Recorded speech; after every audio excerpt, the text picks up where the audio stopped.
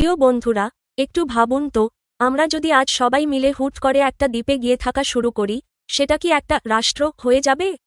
কিংবা ঢাকা বা লন্ডনের মতো এত বড় বড় শহর, যেখানে লাখ লাখ মানুষ থাকে, সেগুলাকে কেন আমরা রাষ্ট্র বলতে পারি না?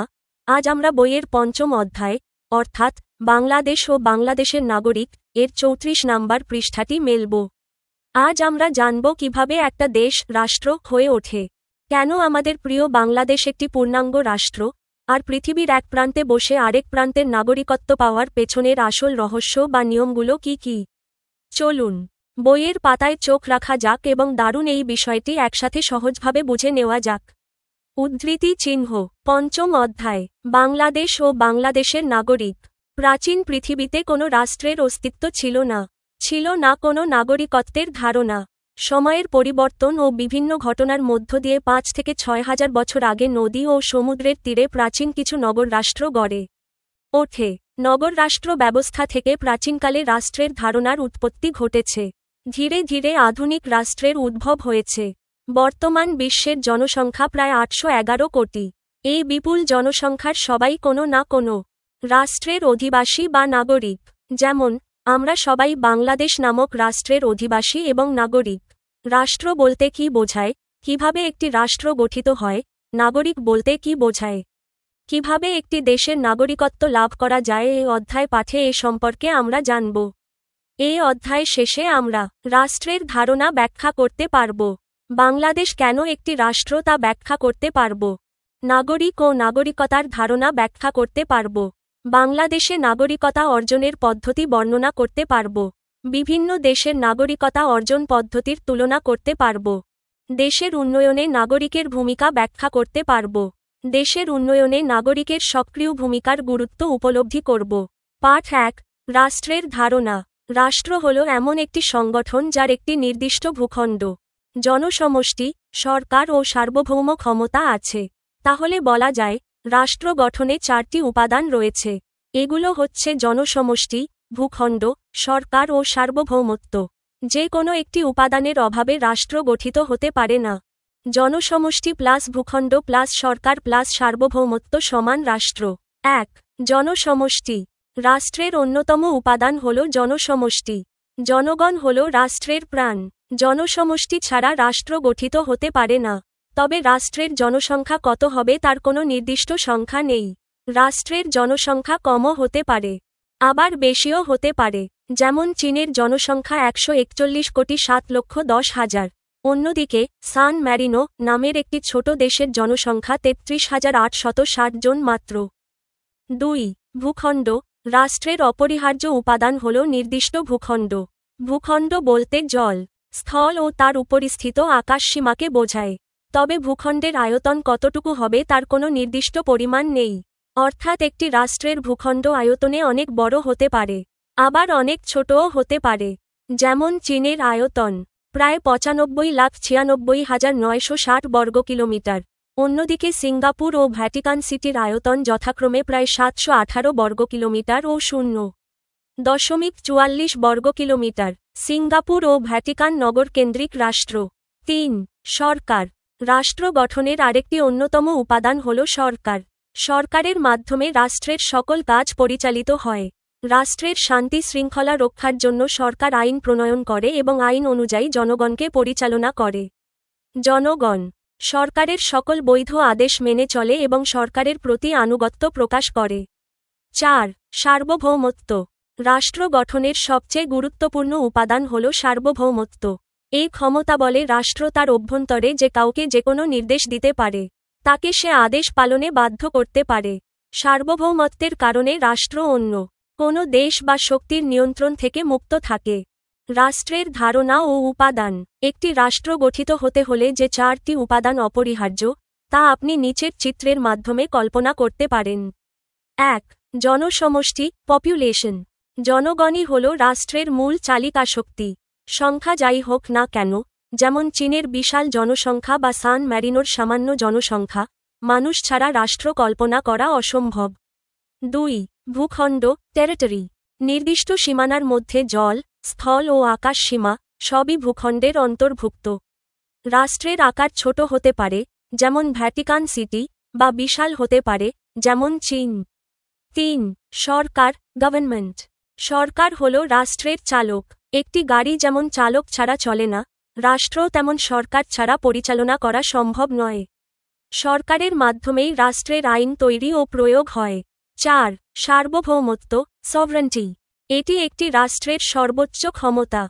এই ক্ষমতার কারণেই একটি দেশ অভ্যন্তরীণভাবে শক্তিশালী থাকে এবং বাহ্যিক বা অন্য কোনো দেশের নিয়ন্ত্রণ থেকে মুক্ত থাকে। কাজ। ঢাকা ও লন্ডনকে রাষ্ট্র বলা যাবে কি না সহপাঠীদের সঙ্গে দলগতভাবে আলোচনা করে উপস্থাপন করো। কাজ। ঢাকা ও লন্ডন কি রাষ্ট্র? আপনার পাঠের শেষে দেওয়া কাজটি নিয়ে একটি ছোট বিশ্লেষণ দেওয়া হল, যা আপনি আপনার সহপাঠীদের সাথে আলোচনা করতে পারেন। সিদ্ধান্ত: না, ঢাকা বা লন্ডনকে রাষ্ট্র বলা যাবে না। কেন বলা যাবে না? ঢাকা। ঢাকা বাংলাদেশের একটি বিভাগ ও রাজধানী শহর। এর নির্দিষ্ট ভূখণ্ড, জনসমষ্টি ও স্থানীয় সরকার, সিটি কর্পোরেশন থাকলেও নিজস্ব কোনো সার্বভৌমত্ব ক্ষমতা নেই। এটি বাংলাদেশ নামক রাষ্ট্রের একটি অংশ মাত্র। লন্ডন, এটিও যুক্তরাজ্যের একটি শহর ও রাজধানী। এর সার্বভৌমত্ব নেই, কারণ এটি যুক্তরাজ্য সরকারের অধীনে পরিচালিত হয়। যুক্তি: রাষ্ট্র হওয়ার জন্য 4টি উপাদানের সবগুলোই থাকা বাধ্যতামূলক। ঢাকা ও লন্ডনের ক্ষেত্রে সার্বভৌমত্ব উপাদানটি অনুপস্থিত, তাই এগুলো রাষ্ট্র নয় বরং শহর বা নগর। আপনার এই পাঠের পরবর্তী অংশ অর্থাৎ বাংলাদেশ কেন একটি রাষ্ট্র বা নাগরিকত্ব লাভের পদ্ধতি নিয়ে কোনো প্রশ্ন থাকলে নির্দ্বিধায় করতে পারেন। পাঠ 2, রাষ্ট্র হিসেবে বাংলাদেশ।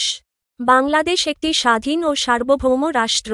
1971 সালের 16ই ডিসেম্বর মহান মুক্তিযুদ্ধ ও রক্তক্ষয়ী সংগ্রামের মাধ্যমে বাংলাদেশ বিশ্বের বুকে একটি স্বাধীন ও সার্বভৌম রাষ্ট্র হিসেবে আত্মপ্রকাশ করে। একটি রাষ্ট্র হিসাবে প্রতিষ্ঠিত হওয়ার জন্য যেসব উপাদান দরকার তার সবগুলোই বাংলাদেশের রয়েছে। বাংলাদেশ রাষ্ট্রের উপাদানগুলো সম্পর্কে সংক্ষেপে আমরা জেনে নিই। জনগোষ্ঠী। বাংলাদেশের জনসংখ্যা বিপুল। বর্তমানে মোট জনসংখ্যা 17 কোটি 10 লক্ষ জন। বাংলাদেশ অর্থনৈতিক সমীক্ষা -2024। বাংলাদেশের জনসংখ্যার প্রায় অর্ধেক নারী এবং অর্ধেক পুরুষ। জনসংখ্যার একটি বিরাট অংশ শিশু। জনসংখ্যার দিক থেকে বাংলাদেশ বিশ্বের 8ম জনবহুল রাষ্ট্র। বাংলাদেশের জনগোষ্ঠী। ভূখণ্ড। বাংলাদেশের একটি নির্দিষ্ট ভূখণ্ড রয়েছে। 1971 সালে স্বাধীনতা লাভের মধ্য দিয়ে আমরা এই ভূখণ্ডের সার্বভৌমত্ব অর্জন করেছি। উত্তরে ভারতের পশ্চিমবঙ্গ, আসাম, মেঘালয় ও দক্ষিণে বঙ্গোপসাগর, পূর্বে ভারত ও মিয়ানমার, পশ্চিমে ভারতের পশ্চিমবঙ্গ পর্যন্ত বাংলাদেশের ভূখণ্ড বিস্তৃত। অসংখ্য নদ নদী, হাওর বিল, পাহাড় পর্বত, বনভূমি ও বিস্তৃত সমভূমি নিয়ে এ ভূখণ্ড গঠিত। এর আয়তন 1,46,570 বর্গ কিলোমিটার। বাংলাদেশের মানচিত্র। সরকার। বাংলাদেশের সরকার ব্যবস্থা মন্ত্রিপরিষদ শাসিত। এর নাম গণপ্রজাতন্ত্রী বাংলাদেশ সরকার। এটি একটি গণতান্ত্রিক সরকার। এই সরকার জনগণের ভোটে নির্বাচিত। সরকারের সকল নিয়ম কানুন ও আদেশ নিষেধ জনগণ মেনে চলে। সার্বভৌমত্ব। বাংলাদেশ রাষ্ট্র সার্বভৌম ক্ষমতার অধিকারী। এই ক্ষমতা বলে রাষ্ট্র দেশের সকল জনগোষ্ঠীকে নিয়ন্ত্রণ করে এবং অন্য দেশের নিয়ন্ত্রণ মুক্ত থেকে দেশ শাসন করে। এই কারণেই অন্য কোনো দেশ বাংলাদেশের অভ্যন্তরীণ বিষয়ে হস্তক্ষেপ করতে পারে না। উপরের আলোচনায় আমরা জেনেছি, রাষ্ট্রের সব বৈশিষ্ট্যই বাংলাদেশের রয়েছে। এর রয়েছে বিশাল জনসংখ্যা, সুনির্দিষ্ট ভূখণ্ড, গণতান্ত্রিক সরকার ও সার্বভৌম ক্ষমতা। প্রতিবেদন। রাষ্ট্র হিসেবে বাংলাদেশের মৌলিক উপাদানসমূহ। ভূমিকা। 1971 সালের 16ই ডিসেম্বর এক রক্তক্ষয়ী যুদ্ধের মাধ্যমে বাংলাদেশ একটি সার্বভৌম রাষ্ট্র হিসেবে আত্মপ্রকাশ করে। রাষ্ট্রের 4টি অত্যাবশ্যকীয় উপাদানের ভিত্তিতে বাংলাদেশের অবস্থান নিচে বিশ্লেষণ করা হল। 1. বাংলাদেশের জনগোষ্ঠী। বাংলাদেশ বিশ্বের অন্যতম জনবহুল একটি দেশ। জনসংখ্যা। বর্তমান তথ্যমতে বাংলাদেশের জনসংখ্যা প্রায় 17 কোটি 10 লক্ষ। বৈচিত্র্য। এই জনসংখ্যার অর্ধেক নারী এবং অর্ধেক পুরুষ। জনসংখ্যার একটি বড় অংশ জুড়ে রয়েছে শিশুরা। বৈশ্বিক অবস্থান। জনসংখ্যার দিক থেকে বাংলাদেশ বর্তমানে বিশ্বের 8ম বৃহত্তম রাষ্ট্র।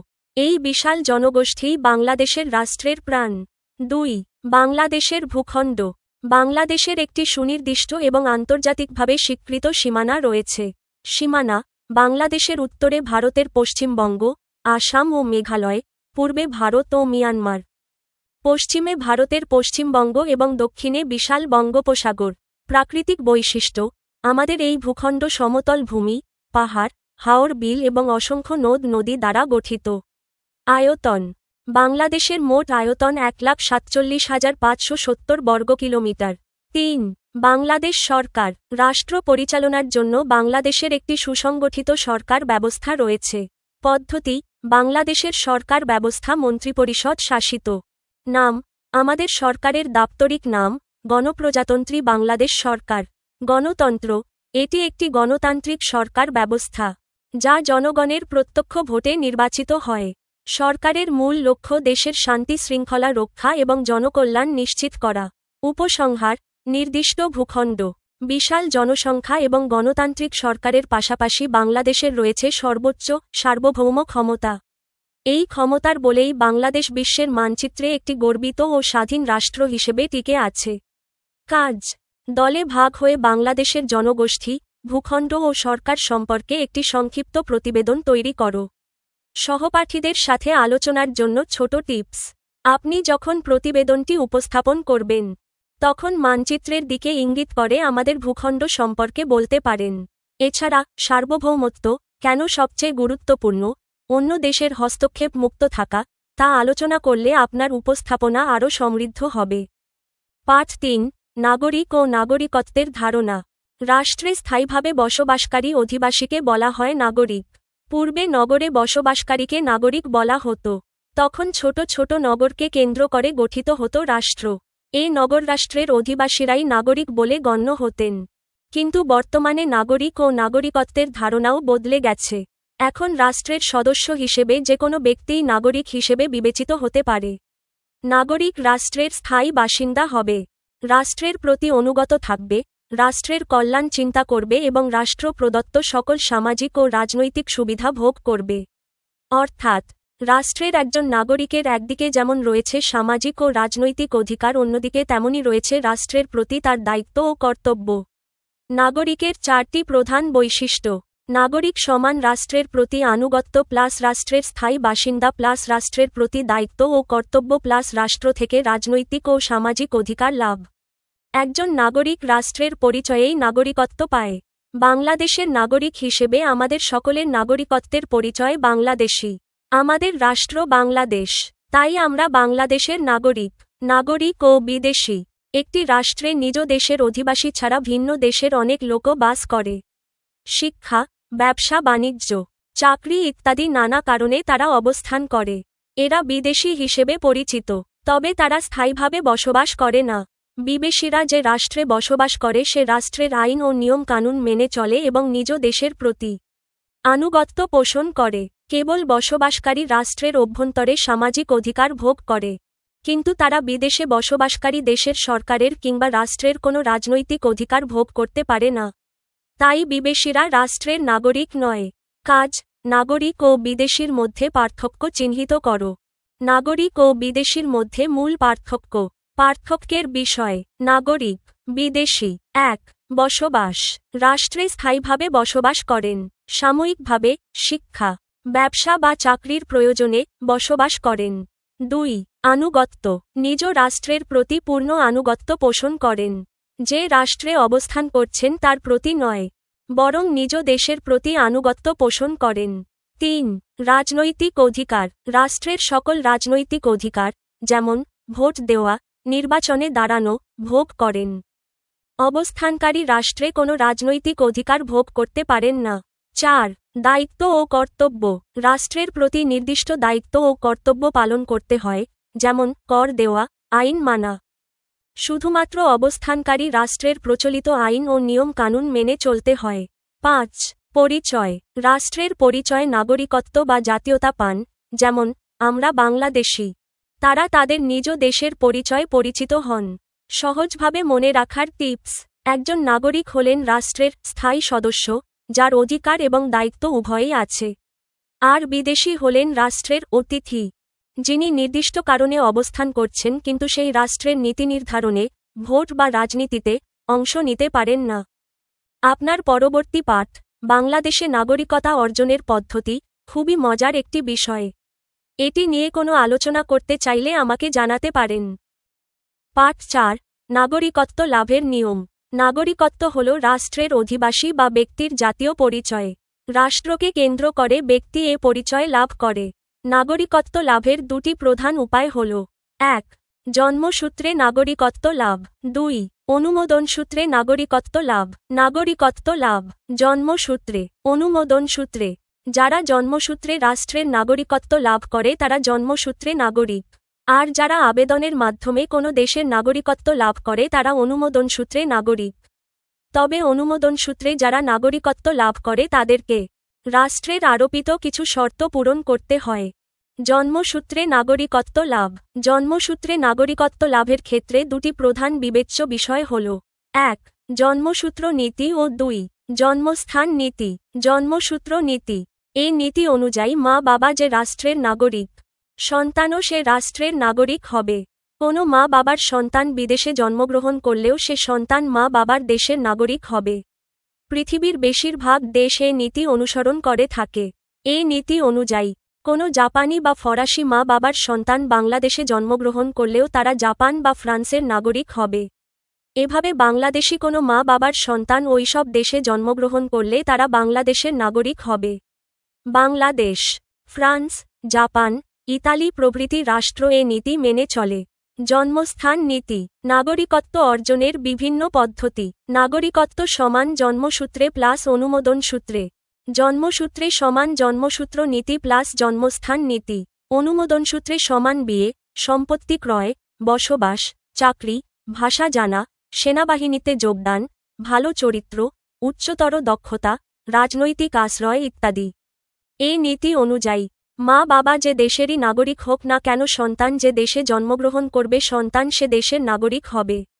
এই নীতি জন্মস্থানের উপর নির্ভর করে।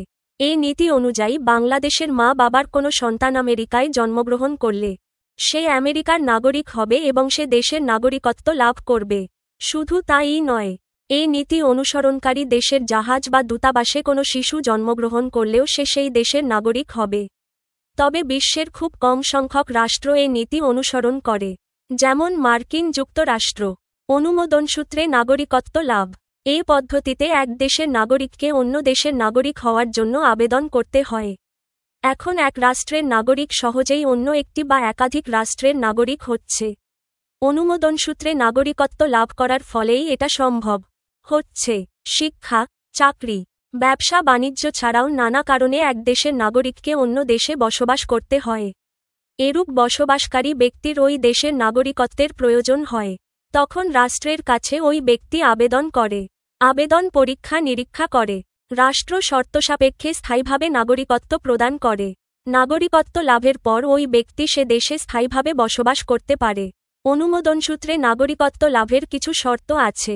কোনো ব্যক্তি অনুমোদনসূত্রে কোনো রাষ্ট্রের নাগরিকত্ব লাভ করবে যদি সে 1. ওই রাষ্ট্রের কোনো নাগরিককে বিয়ে করে। 2.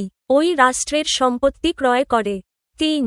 ওই রাষ্ট্রে দীর্ঘদিন ধরে বসবাস করে। 4. ওই রাষ্ট্রে চাকরিরত থাকে। 5. ওই রাষ্ট্রের ভাষা জানে। 6. ওই রাষ্ট্রের সেনাবাহিনীতে চাকরি গ্রহণ করে। 7. ভালো চরিত্রের অধিকারী হয়। 8. উন্নততর দক্ষতার অধিকারী হয়। 9. রাজনৈতিক আশ্রয় গ্রহণ করে। অনুমোদনসূত্রে নাগরিকত্ব লাভকারী ব্যক্তি উল্লিখিত শর্তগুলোর এক বা একাধিক শর্ত পূরণ করলে নাগরিকত্ব লাভ করতে পারে। ওই দেশের নাগরিকদের মতো প্রায় সমান অধিকারের সুযোগ সুবিধা সে প্রাপ্য হবে। দ্বৈত নাগরিকত্ব। একজন ব্যক্তি একই সময়ে দুইটি দেশের নাগরিকত্ব লাভ করলে তাকে দ্বৈত নাগরিকত্ব বলে। কোনো বাংলাদেশি মা বাবার সন্তান আমেরিকায় জন্মগ্রহণ করলে সে স্বাভাবিক নিয়মে ওই দেশের নাগরিক হয়, অন্যদিকে মা বাবা বাংলাদেশি হওয়ায় সে বাংলাদেশেরও নাগরিক। এই ক্ষেত্রে সে প্রাপ্তবয়স্ক হলে ইচ্ছা করলে যে কোনো একটি রাষ্ট্রের নাগরিকত্ব গ্রহণ করতে পারে। তবে ইচ্ছা করলে সে দুটি রাষ্ট্রেরই নাগরিকত্ব রাখতে পারে। কাজ, দলে ভাগ হয়ে নাগরিকত্ব লাভের নিয়মগুলো চিহ্নিত করো। পার্ট 4 এ নাগরিকত্ব লাভের নিয়মগুলো খুব সুন্দরভাবে ব্যাখ্যা করা হয়েছে। আপনার ক্লাসের কাজের সুবিধার্থে দলে ভাগ হয়ে নিয়মগুলো চিহ্নিত করা, আমি পুরো বিষয়টি একটি সহজ ছক বা ফ্লো চার্ট আকারে সাজিয়ে দিচ্ছি। নাগরিকত্ব লাভের নিয়মাবলী। নাগরিকত্ব প্রধানত দুইটি পদ্ধতিতে লাভ করা যায়। এক, জন্মসূত্রে নাগরিকত্ব, বাই বার্থ। এটি আবার দুইটি নীতির ওপর ভিত্তি করে নির্ধারিত হয়। জন্মসূত্র নীতি, জু স্যাঙ্গুইনিস, মা বাবার নাগরিকত্ব অনুযায়ী সন্তানের নাগরিকত্ব নির্ধারিত হয়। যেমন বাংলাদেশ, জাপান, ফ্রান্স। এখানে সন্তান যেখানেই জন্মাক সে তার মা বাবার দেশের নাগরিক হবে। জন্মস্থান নীতি, জু সোলি, সন্তান যে দেশে জন্মগ্রহণ করবে সে সেই দেশের নাগরিক হবে। এমনকি ওই দেশের জাহাজ বা দূতাবাসে জন্মালেও এই নিয়ম প্রযোজ্য হবে। যেমন মার্কিন যুক্তরাষ্ট্র। ২, অনুমোদনসূত্রে নাগরিকত্ব, বাই ন্যাচারালাইজেশন। এক দেশের নাগরিক অন্য দেশের নাগরিক হওয়ার জন্য আবেদন করলে এবং রাষ্ট্র কিছু শর্ত সাপেক্ষে তা মঞ্জুর করলে এই নাগরিকত্ব পাওয়া যায়। এর প্রধান শর্তগুলো হল: ওই রাষ্ট্রের নাগরিককে বিয়ে করা, সম্পত্তি ক্রয় করা, দীর্ঘদিন বসবাস করা, সরকারি চাকরিতে নিয়োজিত থাকা, ওই দেশের ভাষা জানা, উন্নততর দক্ষতা বা বিশেষ গুণের অধিকারী হওয়া, রাজনৈতিক আশ্রয় লাভ করা। বিশেষ ক্ষেত্র, দ্বৈত নাগরিকত্ব, ডুয়াল সিটিজেনশিপ। যখন একজন ব্যক্তি একই সাথে দুইটি দেশের নাগরিকত্ব বহন করেন তখন তাকে দ্বৈত নাগরিকত্ব বলে। উদাহরণ: বাংলাদেশের কোনো দম্পতির সন্তান আমেরিকায় জন্ম নিলে সে জন্মস্থান নীতিতে আমেরিকার এবং জন্মসূত্র নীতিতে বাংলাদেশের নাগরিকত্ব পায়। প্রাপ্তবয়স্ক হওয়ার পর সে চাইলে যেকোনো একটি বা উভয় দেশের নাগরিকত্ব রাখতে পারে। সহপাঠীদের সাথে আলোচনার জন্য একটি কুইজ আইডিয়া। আপনি আলোচনার সময় বন্ধুদের জিজ্ঞেস করতে পারেন, একজন বাংলাদেশি দম্পতি জাপানে বেড়াতে গিয়ে সেখানে তাদের সন্তান হল। তাহলে জন্মসূত্র নীতি অনুযায়ী ওই সন্তান কোন দেশের নাগরিক হবে? উত্তর: বাংলাদেশ। এটি করলে বিষয়টি সবার কাছে আরও পরিষ্কার হবে। আপনার এই অধ্যায়ের পরবর্তী অংশ অর্থাৎ দেশের উন্নয়নে নাগরিকের ভূমিকা নিয়ে কোনো প্রশ্ন থাকলে বলতে পারেন। পাঠ ৫, দেশের উন্নয়নে নাগরিকের ভূমিকা। রাষ্ট্রের সাথে নাগরিকের সম্পর্ক অবিচ্ছেদ্য। রাষ্ট্র নাগরিক ছাড়া রাষ্ট্রের অস্তিত্ব চিন্তা করা যায় না। আছে বলেই সেখানে নাগরিক আছে। আবার কোনো নাগরিক রাষ্ট্রের প্রতি দায়িত্ব ও কর্তব্য পালনে আন্তরিক হলে সেই সুনাগরিক বলে বিবেচিত হয়। তার দ্বারা দেশের অধিক উন্নয়ন সাধন হয়। একজন সুনাগরিক বুদ্ধিমান, বিবেকবান, আত্মসংযমী এবং নিবেদিত হয়ে রাষ্ট্রের উন্নয়নে গুরুত্বপূর্ণ ভূমিকা পালন করে। বাংলাদেশের নাগরিক হিসেবে আমরা রাষ্ট্রের কাছ থেকে নানা অধিকার ভোগ করি। বিনিময়ে নাগরিক হিসেবে রাষ্ট্রের প্রতি আমাদেরও বেশ কিছু গুরুত্বপূর্ণ দায়িত্ব ও কর্তব্য রয়েছে। যেমন রাষ্ট্র প্রদত্ত শিক্ষা লাভ, রাষ্ট্রের প্রতি অনুগত থাকা, আইন মেনে চলা, নিয়মিত কর প্রদান করা, ভোট প্রদান করা, রাষ্ট্রীয় সম্পদের সুরক্ষা ও সদ্ব্যবহার করা ইত্যাদি। দেশের উন্নয়নের জন্য আমাদের এসব দায়িত্ব ও কর্তব্য পালন করতে হবে। আধুনিক রাষ্ট্রে নাগরিকের ভূমিকা খুবই গুরুত্বপূর্ণ। আধুনিক গণতান্ত্রিক রাষ্ট্রে জনগণ ভোট দিয়ে নির্দিষ্ট সময়ের জন্য সরকার গঠনে সহায়তা করে। সরকার যদি দেশের জন্য কল্যাণকর নয় এমন কোনো কাজ করে তাহলে জনগণই পরবর্তী সময়ে ওই দলকে আর ভোট দেয় না। রাষ্ট্রের শাসন পরিচালনা, সুশাসন প্রতিষ্ঠা ও উন্নয়ন সহ সবকিছুই তাই নির্ভর করে নাগরিকের সততা, দক্ষতা তথা নাগরিক হিসাবে যথাযথ ভূমিকা পালনের উপর। দেশের উন্নয়নের দায়িত্ব কেবল সরকারের একার নয়, নাগরিকদেরও নিজেদের দায়িত্ব সঠিকভাবে পালন করতে হবে। তাহলেই দেশ দ্রুত উন্নতির দিকে এগিয়ে যাবে। কাজ: নাগরিক হিসাবে তুমি দেশের উন্নয়নে কী ভূমিকা পালন করবে তার একটি তালিকা প্রস্তুত করো। অসাধারণ। পাঠ ৫ এর মাধ্যমে আমরা বুঝতে পারলাম যে রাষ্ট্র এবং নাগরিক একে অপরের পরিপূরক। একটি রাষ্ট্র তখনই উন্নত হয় যখন তার নাগরিকরা সচেতন এবং দায়িত্বশীল হন। বিশেষ করে গণতান্ত্রিক রাষ্ট্রে সুনাগরিকের ভূমিকা অপরিসীম। আপনার ক্লাসের কাজের জন্য দেশের উন্নয়নে নাগরিক হিসেবে আমার ভূমিকা একটি আদর্শ তালিকা নিচে দেওয়া হলো। আপনি এটি আপনার অ্যাসাইনমেন্ট বা পোস্টার হিসেবে ব্যবহার করতে পারেন। দেশের উন্নয়নে আমার ভূমিকার তালিকা। একজন সচেতন নাগরিক ও শিক্ষার্থী হিসেবে আমি দেশের উন্নয়নে নিচের ভূমিকাগুলো পালন করব। ১. সঠিক শিক্ষা লাভ। মনোযোগ দিয়ে পড়াশোনা করা এবং নিজেকে একজন দক্ষ ও শিক্ষিত মানুষ হিসেবে গড়ে তোলা। কারণ শিক্ষিত জনগোষ্ঠীই দেশের প্রধান সম্পদ। ২. আইন মেনে চলা। রাষ্ট্রের প্রচলিত সকল নিয়ম ও আইন, যেমন ট্রাফিক আইন, সামাজিক শৃঙ্খলা, যথাযথভাবে মেনে চলা। ৩. রাষ্ট্রীয় সম্পদ রক্ষা। স্কুল কলেজ, রাস্তাঘাট, সরকারি যানবাহন, বিদ্যুৎ, পানি ও গ্যাস এই জাতীয় রাষ্ট্রীয় সম্পদগুলোর অপচয় রোধ করা এবং এদের সুরক্ষা নিশ্চিত করা। 4. পরিবেশ সুরক্ষা, যত্রতত্র ময়লা না ফেলা, গাছ লাগানো এবং পরিবেশ দূষণমুক্ত রাখতে সক্রিয় ভূমিকা রাখা। 5. সুনাগরিকের গুণাবলী অর্জন, বুদ্ধি, বিবেক ও আত্মসংযম। সুনাগরিকের এই 3টি গুণ নিজের মধ্যে চর্চা করা। যে কোনো কাজে সততা ও নিষ্ঠা বজায় রাখা। 6. সচেতনতা বৃদ্ধি, সমাজের বিভিন্ন কুসংস্কার, বাল্যবিবাহ বা মাদকের বিরুদ্ধে জনসচেতনতা তৈরি করা এবং সামাজিক উন্নয়নমূলক কাজে অংশ নেওয়া। 7.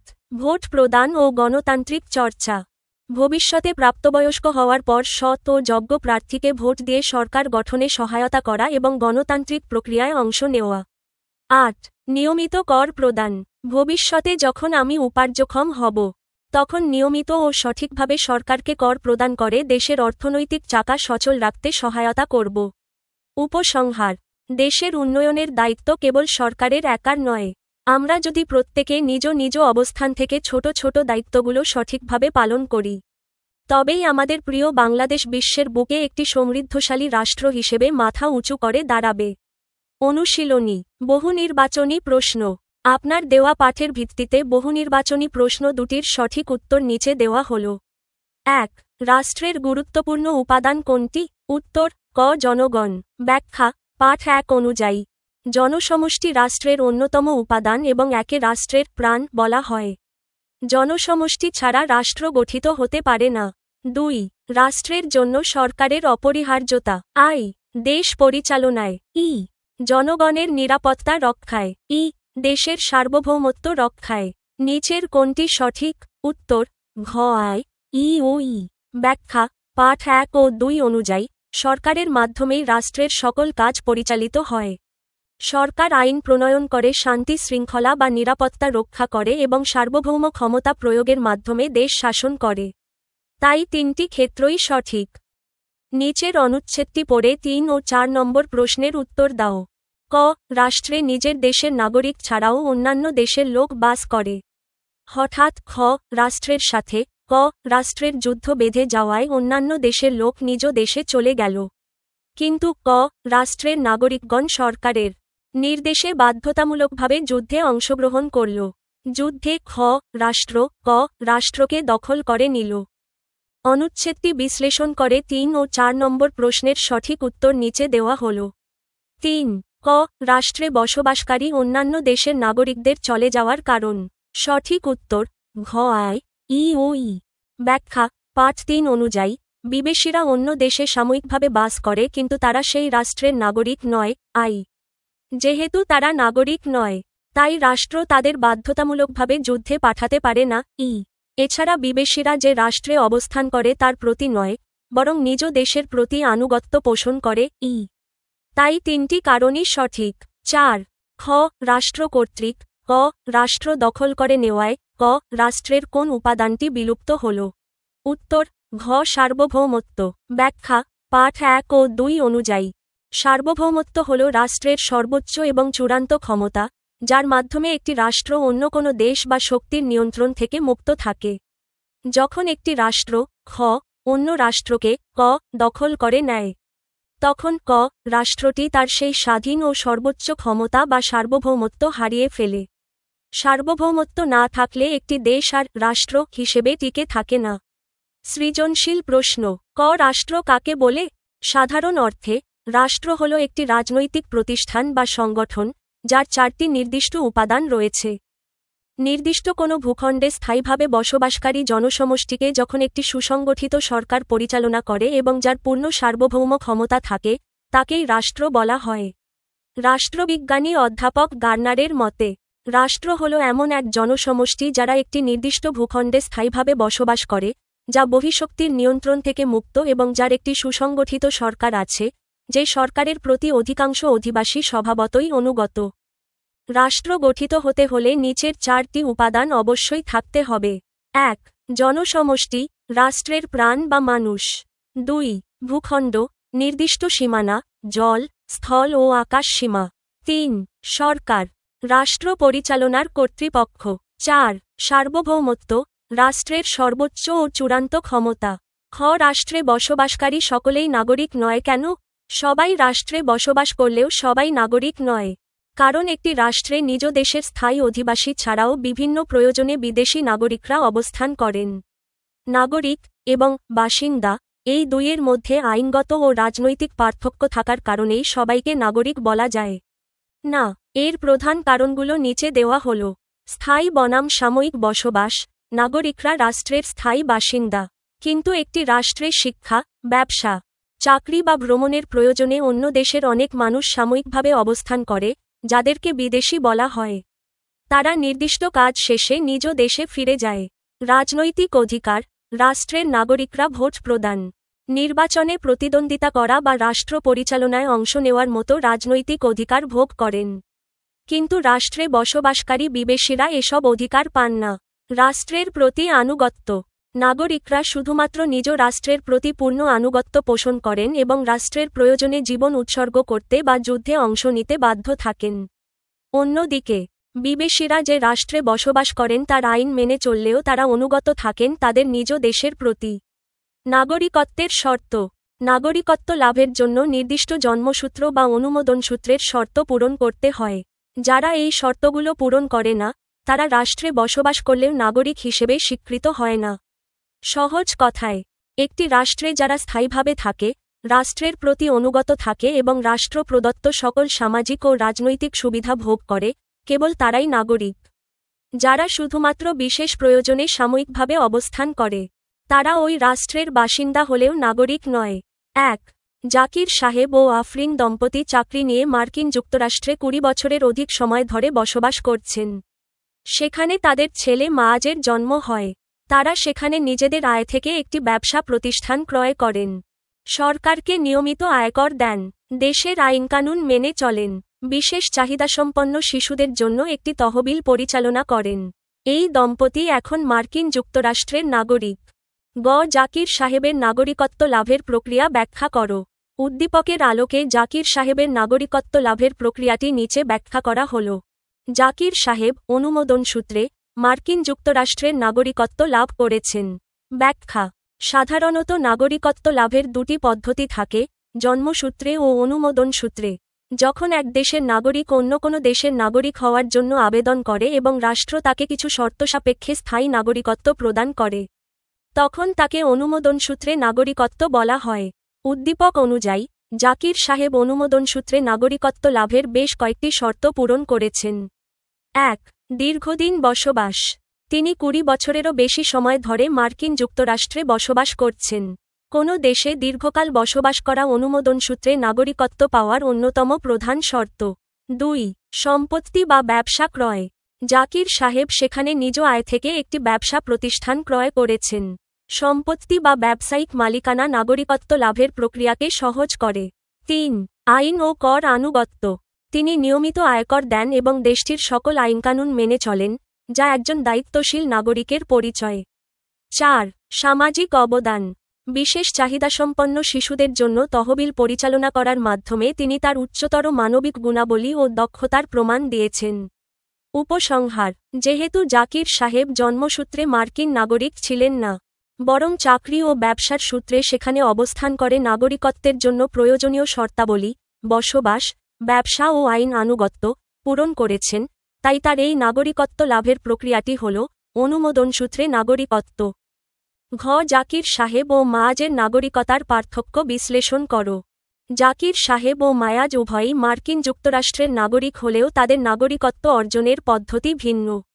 নিচে তাদের নাগরিকত্বের পার্থক্যের কারণসমূহ বিশ্লেষণ করা হল। ১. নাগরিকত্ব লাভের ভিন্ন পদ্ধতি। জাকির সাহেব এবং মায়াজের মধ্যে প্রধান পার্থক্য হল তাদের নাগরিকত্ব লাভের প্রক্রিয়া। জাকির সাহেব, তিনি মার্কিন যুক্তরাষ্ট্রের নাগরিক হয়েছেন অনুমোদনসূত্রে। তিনি এক দেশ, বাংলাদেশ থেকে অন্য দেশে গিয়ে আবেদনের মাধ্যমে নাগরিকত্ব পেয়েছেন। মায়াজ নাগরিকত্ব পেয়েছে জন্মসূত্রে। সেই সরাসরি জন্মগত অধিকারেই ওই দেশের নাগরিক হিসেবে গণ্য হয়েছে। ২. নীতির প্রয়োগ। নাগরিকত্ব অর্জনের আলাদা আলাদা নীতি তাদের ক্ষেত্রে কাজ করেছে। জন্মস্থান নীতি, জুস ওলি, মায়াজের ক্ষেত্রে এই নীতিটি কার্যকর হয়েছে। মার্কিন যুক্তরাষ্ট্র জন্মস্থান নীতি অনুসরণ করে, যার ফলে মা বাবা যে দেশেরই হোক না কেন সে ওই দেশের মাটিতে জন্ম নেওয়ায় স্বয়ংক্রিয়ভাবে মার্কিন নাগরিক হয়েছে। অনুমোদনের শর্তাবলী: জাকির সাহেবের ক্ষেত্রে জন্মস্থান বা জন্মসূত্র নীতি কাজ করেনি। তাকে 20 বছর বসবাস, ব্যবসা ক্রয়, নিয়মিত কর প্রদান এবং আইন মেনে চলার মতো বিভিন্ন শর্ত পূরণ করে আবেদন করতে হয়েছে। 3. পরিচয়ের উৎস: জাকির সাহেব তার নাগরিকত্ব মূলত একটি অর্জিত পরিচয়। তিনি বাংলাদেশের নাগরিকত্ব ত্যাগ করে বা দ্বৈত নাগরিকত্ব গ্রহণ করে নতুনভাবে এই পরিচয় লাভ করেছেন। মায়াজ তার নাগরিকত্ব একটি স্বাভাবিক বা প্রাথমিক পরিচয়। জন্মের সাথে সাথেই রাষ্ট্র তাকে এই স্বীকৃতি দিয়েছে। 4. দ্বৈত নাগরিকত্বের সম্ভাবনা: উদ্দীপক অনুযায়ী মায়াজের জন্য দ্বৈত নাগরিকত্বের সুযোগ তৈরি হয়েছে যা জাকির সাহেবের চেয়ে কিছুটা ভিন্ন। মায়াজ জন্মস্থান নীতিতে আমেরিকার নাগরিক এবং তার মা বাবা বাংলাদেশী হওয়ায় জন্মসূত্র নীতিতে সে বাংলাদেশেরও নাগরিক। প্রাপ্তবয়স্ক হওয়ার পর সে সিদ্ধান্ত নিতে পারবে সে কোন দেশের নাগরিকত্ব রাখবে। অন্যদিকে জাকির সাহেবকে প্রথমে তার জন্মসূত্রের নাগরিকত্বের বাইরে গিয়ে নতুন রাষ্ট্রের আনুগত্য গ্রহণ করতে হয়েছে। উপসংহার: পরিশেষে বলা যায়, জাকির সাহেব ও মায়াজের নাগরিকত্বের পার্থক্যটি মূলত জন্মগত বনাম আবেদনগত। মায়াজ কোনো শর্ত ছাড়াই জন্মস্থান নীতিতে নাগরিকত্ব পেলেও জাকির সাহেবকে দীর্ঘ সময় অবস্থান ও যোগ্যতার প্রমাণ দিয়ে অনুমোদনসূত্রে নাগরিকত্ব অর্জন করতে হয়েছে। বাংলাদেশের প্রথম সরকার কখন গঠিত হয়? বাংলাদেশের প্রথম সরকার, যা মুজিবনগর সরকার নামে পরিচিত, 1971 সালের 10ই এপ্রিল গঠিত হয়। উল্লেখ্য যে, এই সরকার 1971 সালের 17ই এপ্রিল বর্তমান মেহেরপুর জেলার বৈদ্যনাথতলার আম্রকাননে, বর্তমান মুজিবনগর, আনুষ্ঠানিকভাবে শপথ গ্রহণ করেছিল।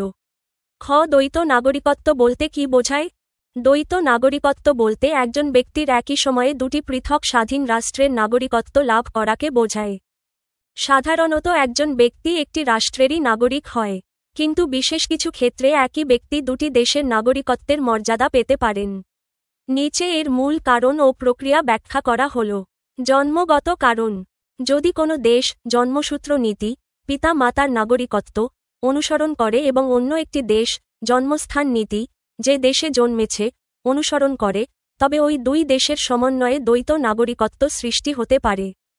উদাহরণস্বরূপ, বাংলাদেশের কোনো দম্পতির সন্তান যদি মার্কিন যুক্তরাষ্ট্রে জন্মগ্রহণ করে, তবে সে জন্মস্থান নীতি অনুযায়ী আমেরিকার নাগরিক হবে।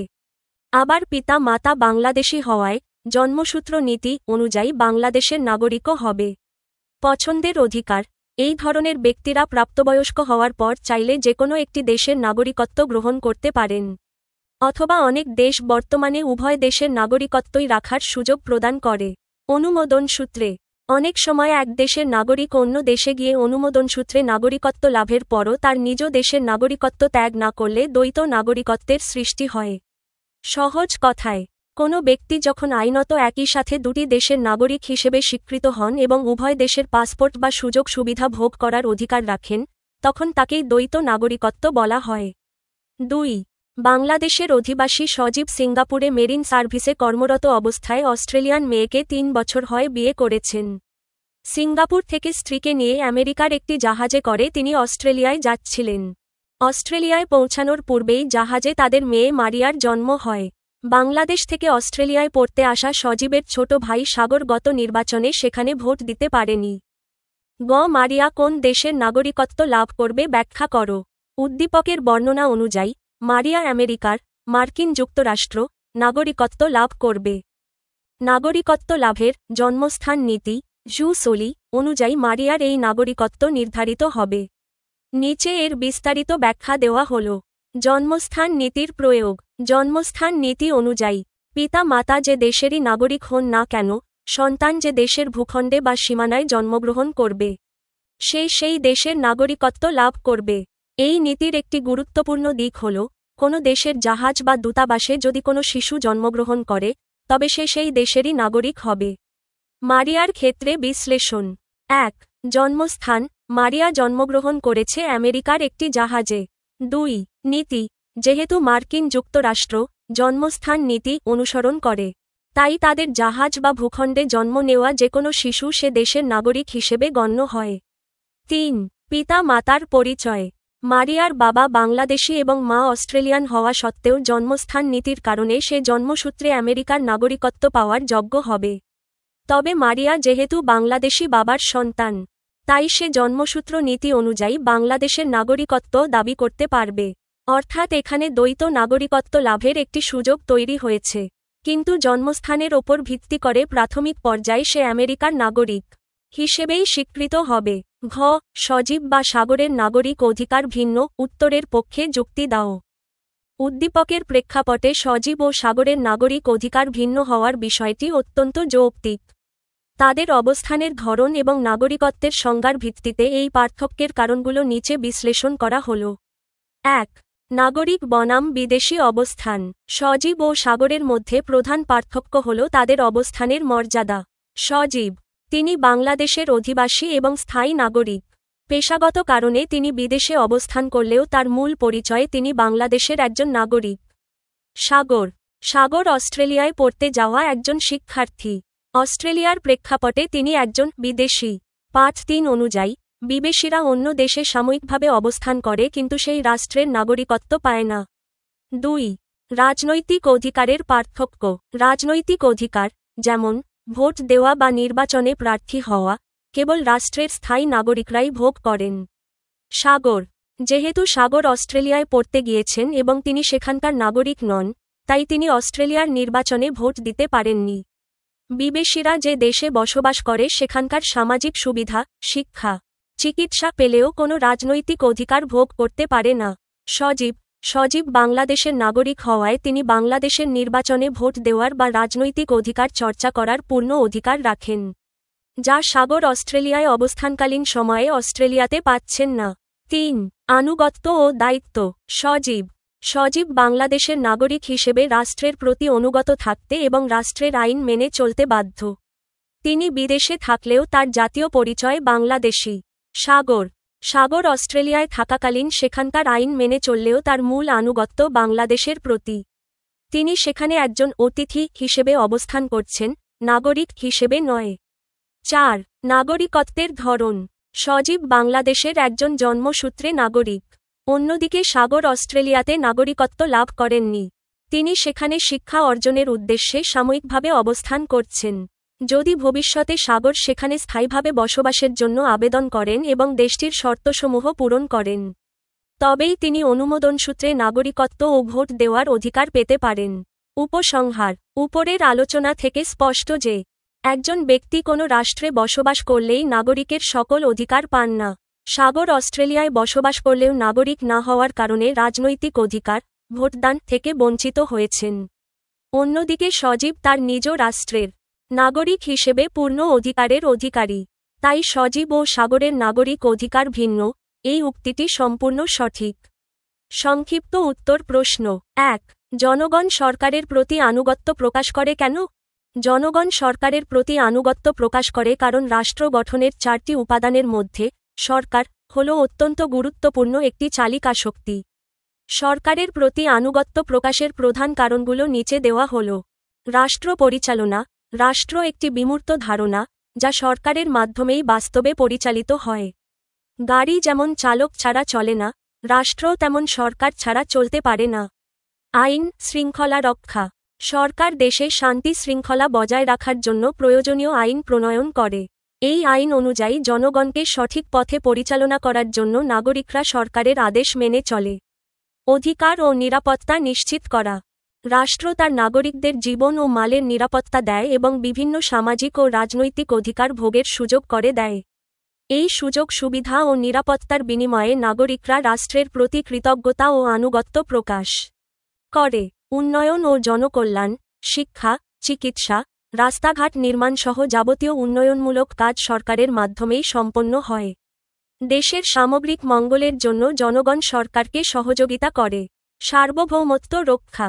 সরকার রাষ্ট্রের সর্বোচ্চ ক্ষমতা বা সার্বভৌমত্ব রক্ষা করে অন্য দেশের হস্তক্ষেপ থেকে দেশকে মুক্ত রাখে। এই জাতীয় অস্তিত্ব টিকিয়ে রাখার স্বার্থে জনগণ সরকারের প্রতি অনুগত থাকে। সহজ কথায়, একটি সুশৃঙ্খল ও নিরাপদ জীবন যাপন করার জন্য এবং রাষ্ট্রকে সঠিকভাবে পরিচালনা করতে দেওয়ার স্বার্থেই নাগরিকরা স্বেচ্ছায় সরকারের বৈধ আদেশ নিষেধ ও আইন মেনে চলে অর্থাৎ আনুগত্য প্রকাশ করে। 2. সার্বভৌমত্ব রাষ্ট্র গঠনের সবচেয়ে গুরুত্বপূর্ণ উপাদান কেন? রাষ্ট্র গঠনের 4টি উপাদানের জনসমষ্টি, ভূখণ্ড, সরকার ও সার্বভৌমত্ব মধ্যে সার্বভৌমত্বই হল সবচেয়ে গুরুত্বপূর্ণ ও অপরিহার্য উপাদান। এর কারণগুলো নিচে বিশ্লেষণ করা হল। 1. রাষ্ট্রের সর্বোচ্চ ক্ষমতা। সার্বভৌমত্ব হল রাষ্ট্রের সেই ক্ষমতা যা অন্য সব ক্ষমতার ঊর্ধ্বে। এই ক্ষমতার মাধ্যমেই রাষ্ট্র তার সীমানার ভেতরে যেকোনো ব্যক্তি বা সংস্থাকে যেকোনো নির্দেশ দিতে পারে এবং তা পালনে বাধ্য করতে পারে। সার্বভৌমত্ব ছাড়া রাষ্ট্র কারও ওপর আদেশ জারি করার আইনগত ভিত্তি হারিয়ে ফেলে। 2. অভ্যন্তরীণ ও বাহ্যিক নিয়ন্ত্রণ। সার্বভৌমত্বের দুটি দিক রয়েছে যা রাষ্ট্রকে পূর্ণতা দেয়। অভ্যন্তরীণ, দেশের ভেতরে শান্তি শৃঙ্খলা রক্ষা এবং আইন প্রয়োগের চূড়ান্ত ক্ষমতা।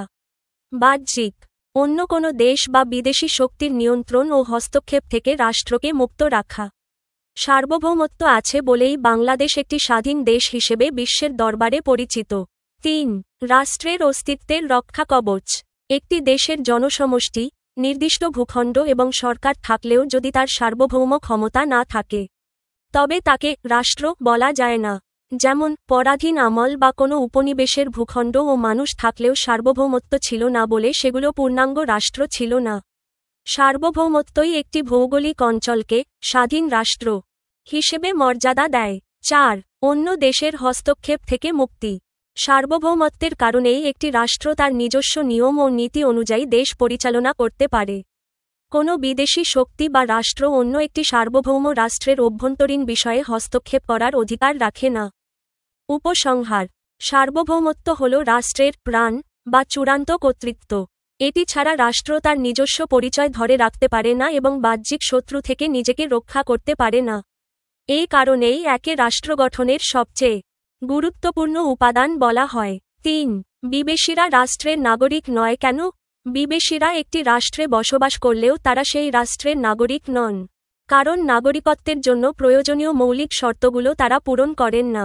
এর প্রধান কারণগুলো নিচে দেওয়া হল। স্থায়ী বসবাসের অভাব। নাগরিকরা রাষ্ট্রের স্থায়ী বাসিন্দা, কিন্তু বিদেশিরা সাধারণত বিশেষ প্রয়োজনে, যেমন শিক্ষা, চাকরি বা ব্যবসা, সাময়িকভাবে একটি রাষ্ট্রে অবস্থান করেন। নির্দিষ্ট সময় বা কাজ শেষে তারা নিজ দেশে ফিরে যান। আনুগত্যের অভাব। নাগরিকত্বের অন্যতম প্রধান শর্ত হল রাষ্ট্রের প্রতি পূর্ণ আনুগত্য পোষণ করা। বিদেশিরা যে রাষ্ট্রে বসবাস করেন তার আইন মেনে চললেও তাদের মূল আনুগত্য থাকে তাদের নিজ দেশের প্রতি। রাজনৈতিক অধিকারহীনতা। একজন বিদেশি যে রাষ্ট্রে বসবাস করেন সেখানে তিনি কোনো রাজনৈতিক অধিকার, যেমন ভোট দেওয়া, নির্বাচনে প্রার্থী হওয়া বা রাষ্ট্রীয় নীতি নির্ধারণে অংশ নেওয়া, ভোগ করতে পারেন না। এই অধিকারগুলো শুধুমাত্র ওই রাষ্ট্রের বৈধ নাগরিকদের জন্য সংরক্ষিত। বাধ্যতামূলক দায়িত্বের অনুপস্থিতি। নাগরিকরা রাষ্ট্রের প্রয়োজনে যুদ্ধে অংশ নিতে বা রাষ্ট্রের প্রতি বিশেষ দায়িত্ব পালনে বাধ্য থাকেন, কিন্তু বিদেশিদের ওপর রাষ্ট্র এই ধরনের কোনো বাধ্যবাধকতা চাপিয়ে দিতে পারে না। সহজ কথায়, বিদেশিরা একটি রাষ্ট্রে অতিথি হিসেবে অবস্থান করেন, যেহেতু তারা রাষ্ট্রের প্রতি স্থায়ী আনুগত্য প্রকাশ করেন না এবং রাষ্ট্রের নীতি নির্ধারণী বা রাজনৈতিক অধিকার পান না, তাই তাদের রাষ্ট্রের নাগরিক হিসেবে গণ্য করা হয় না। পরিশেষে বলা যায়, রাষ্ট্র কেবল একটি মানচিত্র বা কিছু মানুষের সমষ্টি নয়। এর প্রাণ হল এর সার্বভৌমত্ব ও সচেতন নাগরিক। আমরা যেমন জন্মসূত্রে বা অনুমোদনসূত্রে কোনো দেশের পরিচয় পাই, ঠিক তেমনি রাষ্ট্রের প্রতি আমাদেরও রয়েছে অনেক বড় দায়িত্ব। উদ্দীপকের জাকির সাহেব। মায়াজ বা মারিয়ার গল্পগুলো আমাদের এটাই শেখায় যে নাগরিকত্বের নিয়মগুলো কতটা বৈচিত্র্যময়। তবে সবচেয়ে বড় সত্য হল, দেশের উন্নয়ন কেবল সরকারের একার কাজ নয়। আমরা যখন প্রত্যেকে নিজ নিজ জায়গা থেকে আইন মেনে চলব, দেশের সম্পদ রক্ষা করব এবং সুনাগরিক হয়ে উঠব, তখনই আমাদের বাংলাদেশ বিশ্বের বুকে একটি আদর্শ রাষ্ট্র হিসেবে মাথা উঁচু করে দাঁড়াবে। ধন্যবাদ সবাইকে।